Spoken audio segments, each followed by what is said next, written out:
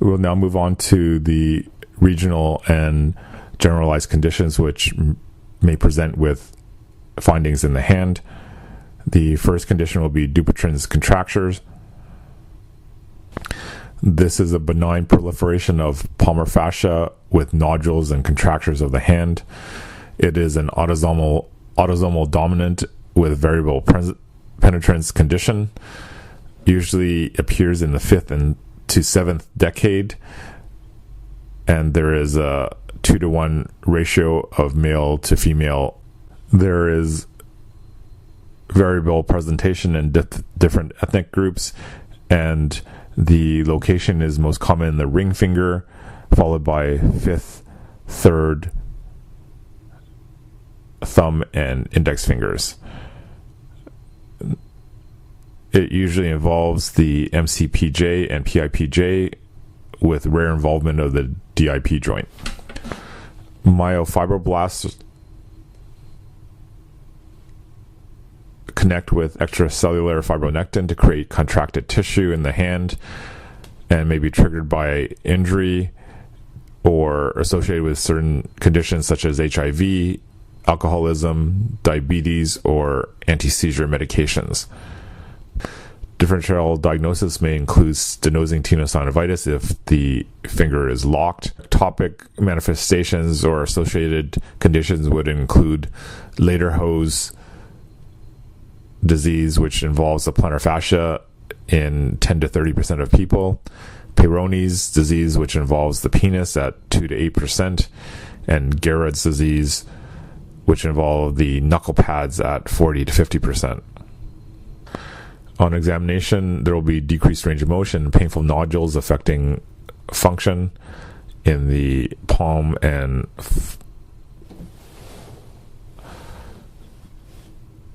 flexor tendon,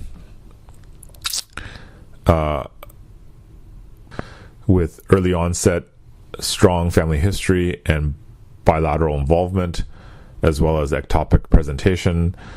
These risk factors would predispose to a more aggressive form called Dupuytren's diathesis. There is no imaging required. Management involves range of motion stretching, but is quite limited. Procedures would include injection with Clostridium histolyticum collagenase, needle aponeurotomy, and surgical resection or fasciotomy. Recurrence is high at 30% in the first 1 to 2 years, but decreases over time to less than 10% after 10 years. We will now move on to nerve entrapment syndromes at the carpal tunnel and Guyon's tunnel of the wrist. Carpal tunnel syndrome is a compressive neuropathy of the median nerve in the closed space of the carpal tunnel. This involves 0.1 to 10% of the population. Risk factors would include females more than males, obesity, pregnancy, diabetes, hypothyroidism, rheumatoid arthritis, smoking, alcoholism, deposition diseases, and repetitive motion. Inflammation or space-occupying lesions result in increased volume and pressure in the carpal tunnel and result in compromise of the neurovascular structures. Differential diagnosis would include cervical radiculopathy, thoracic outlet syndrome, and peripheral neuropathy.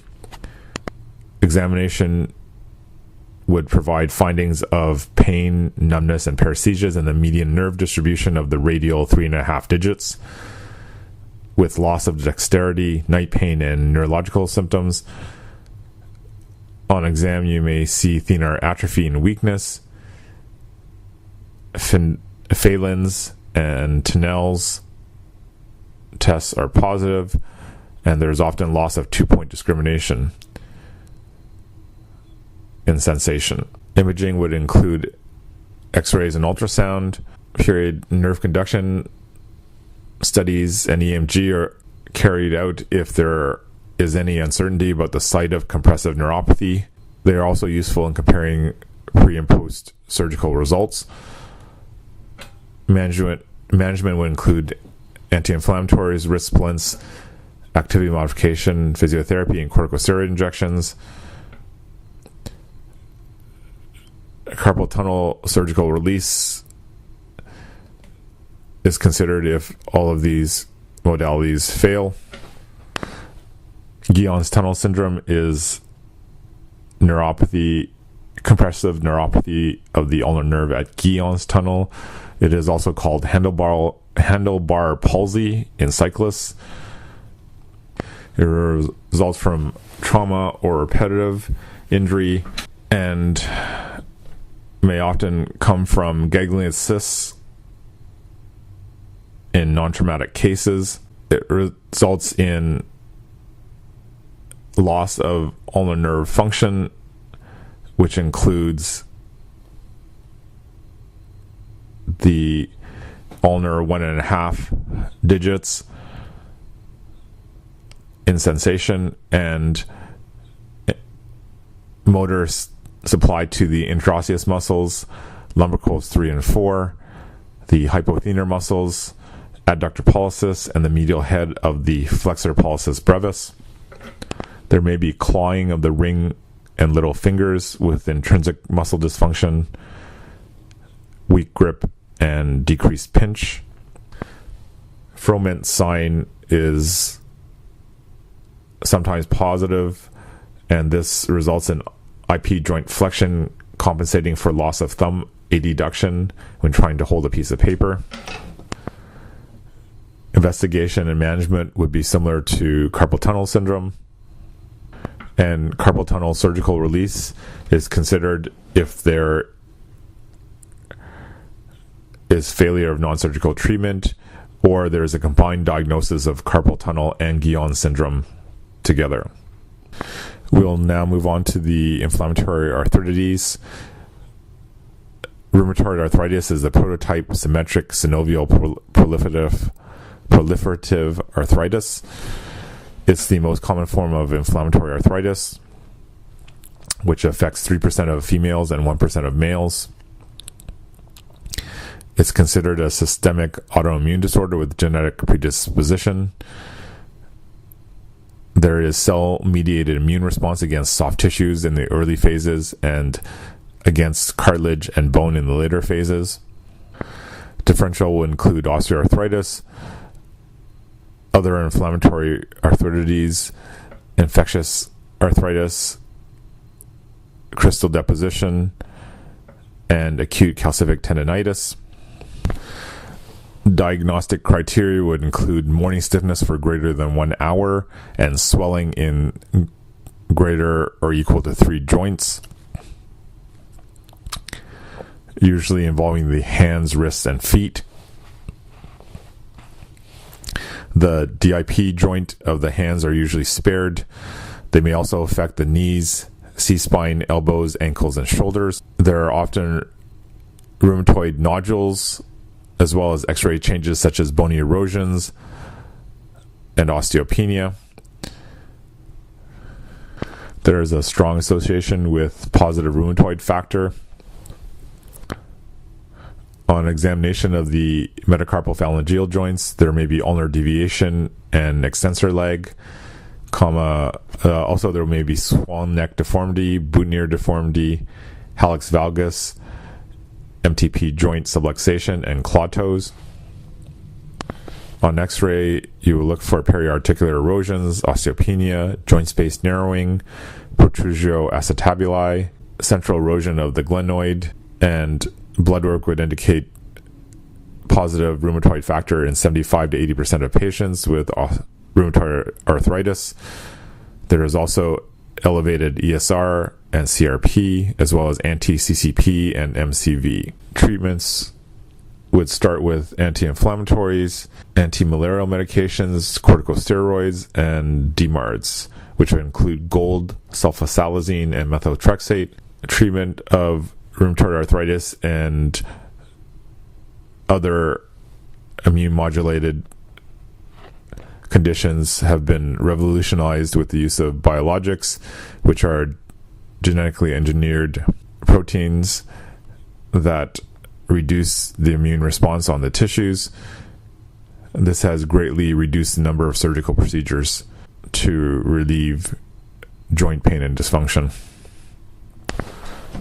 Psoriatic arthritis is a seronegative arthropathy presenting with 5 possible patterns, which is outlined on slide 27.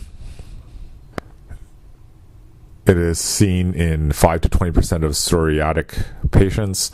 Rheumatoid factor and ANA are usually negative, and in 50% of patients, HLA-B27 will be positive. This is also autoimmune arthritis, and differential would include reactive arthritis, crystal-induced arthritis, infectious arthritis, and osteoarthritis. With psoriatic arthritis, psoriatic skin changes and psoriatic plaques on the eccentric surfaces usually precede joint involvement in 80 to 85% of cases. Other findings will include sausage digits, nail pitting, and nail plate separation. A special condition would be considered arthritis mutilans with opera glass hands. This results from bone erosion and shortening of the phalanges with pencil and cup deformity, where there is simultaneous destruction of the middle phalanx head and expansion of the distal phalanx base. With shortening of the digits, there is excess skin, and with the appearance of the transverse folds in the skin, this makes it look like retractable opera glasses.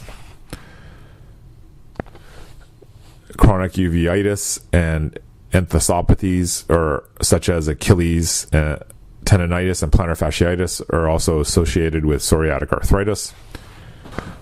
With centripetal erosion, X-rays will also show joint space widening, which will be helpful in differentiating from degenerative joint disease and osteoarthritis, which usually involves joint space narrowing.